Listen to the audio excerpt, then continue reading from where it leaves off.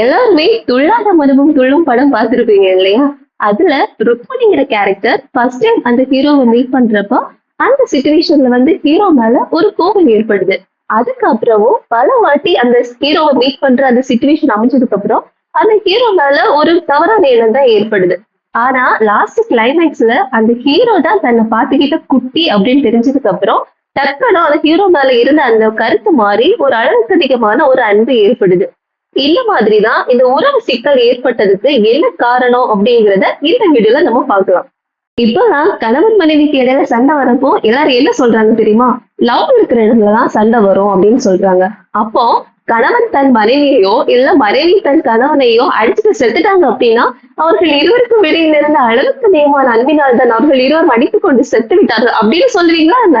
இல்ல இல்லையா? அப்போ தன் கணவன் தன்னுடைய மனைவியோ ஒரு குழந்தையா பார்த்தான் அப்படின்னா அந்த மனைவி என்னதான் பண்ணாலுமே வந்து அந்த கணவனுக்கு எந்த கோபமே வராது. ஏன்னா அந்த மனைவி மேல எந்த தப்பான கருத்தும் தன் மனசுல இல்லாம ஒரு அன்பு மட்டும் இருந்தது அப்படின்னா அந்த மனைவி என்னதான் பண்ணாலும் அந்த கணவனுக்கு கண்டிப்பா கோபமே வராது.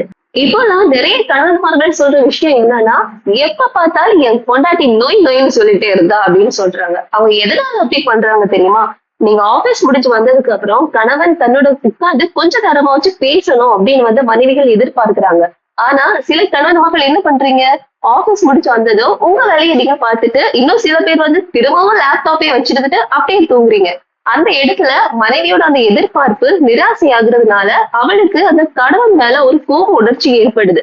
அதனால அந்த கணவன் வந்து சின்னதா ஏதாச்சும் பண்ணாலுமே வந்து அந்த மனைவிக்கு வந்து அந்த கோபத்தை வந்து வெளிப்படுத்துறாங்க. அதனால அந்த கணவன்மார்களே கொஞ்ச நேரமா வச்சு மனைவி கூட நீங்க நேரம் செலவழிங்க. இந்த மாதிரிதான் நம்ம ஒரு விஷயத்த நம்ம கணவன்கிட்டயோ நம்ம மனைவிட்டையோ எதிர்பார்க்கிறப்போ அந்த இடத்துல அந்த எதிர்பார்ப்பு நிராசை ஆகுறதுனாலயும் உறவு சிக்கல் வந்து ஏற்படுது. இன்னும் என்ன மாதிரி உறவு சிக்கல்லாம் ஏற்படுதுன்னா, இப்போ உங்க சொந்தக்காரவங்க வந்து அவங்களுக்கு பிடிச்ச மாதிரி ஒரு விஷயத்த பண்றாங்க. ஆனா அது உங்க விருப்பத்துக்கு மாறா இருக்குது. அதனால உங்களுக்கு ஒரு கோபம் ஏற்படுது. ஆனா அவங்க அவங்களுக்கு பிடிச்ச மாதிரி பண்றாங்க. அதனால உங்களுக்கு கோபம் ஏற்படுறதுக்கு நீங்க காரணமா இல்ல அவங்க காரணமா? நீங்க தான் காரணம் இல்லையா? இப்ப பாத்தீங்க அப்படின்னா ஒரு பூனை அதோட இயல்பு அது துள்ளி குதிச்சு விளையாடிட்டே இருக்கும். அந்த பூனைகிட்ட போயிட்டு நீ இல்ல நாய் மாதிரிதான் குறைக்கணும் அப்படின்னு சொன்னா அந்த பூனையால நாய் மாதிரி குறைக்க முடியுமா? இல்ல. அதே மாதிரிதான் நம்மள சுத்தி இருக்கிற சில உயிரினம் அது அதுங்களோட இயல்பு அதோட வளர்ந்த விதத்துல நம்ம கிட்ட பிஹேவ் பண்ணும். அது அப்படிதான் அதோட இயல்பு அப்படிதான்.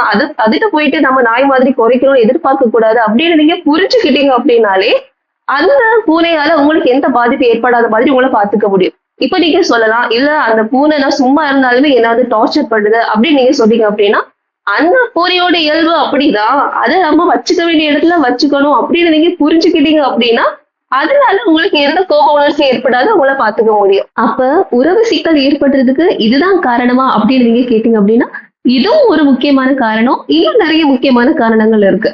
அப்போ இந்த மாதிரி உறவு சிக்கல் ஏற்படுறப்போ உங்க மனசுல எந்த மாதிரி உணர்ச்சிகள் எல்லாம் ஏற்படும்? வெறுப்பு, கோபம் இந்த மாதிரி உணர்ச்சிகள் ஏற்படும். அப்ப எப்படி உங்களால உங்க இலக்க நோக்கின சிந்தனைகளை நீங்க சிந்திக்க முடியும்? எத்தனையோ திறமைசாலிகள் திறமை இருந்தும் இந்த உறவு சிக்கலால தங்களுடைய லட்சியத்தை அடைய முடியாம போயிருக்குன்னு தெரியுமா? அதனால உறவு சிக்கல் எதனால ஏற்படுது அப்படிங்கிற சிந்தனை கோணத்தை நீங்க மாற்றி அமைக்கிறப்ப உங்களுடைய கருத்துக்கள் வந்து தெளிவாகும். உங்க கருத்துக்கள் தெளிவாகிறப்போ உங்க மனசு வந்து அமைதியாகும். அப்ப நீங்க உங்க இலக்கு நோக்கின சிந்தனைகளை வந்து தெளிவா சிந்திக்க முடியும். இப்போ உங்களுக்கு உறவு சிக்கல் எதனால உருவாகுது அப்படிங்கிற சில காரணங்கள் உங்களுக்கு தெளிவா புரிஞ்சிருக்கும். இன்னொரு சிறப்பான தலைப்புல நம்ம சந்திக்கலாம். நன்றி.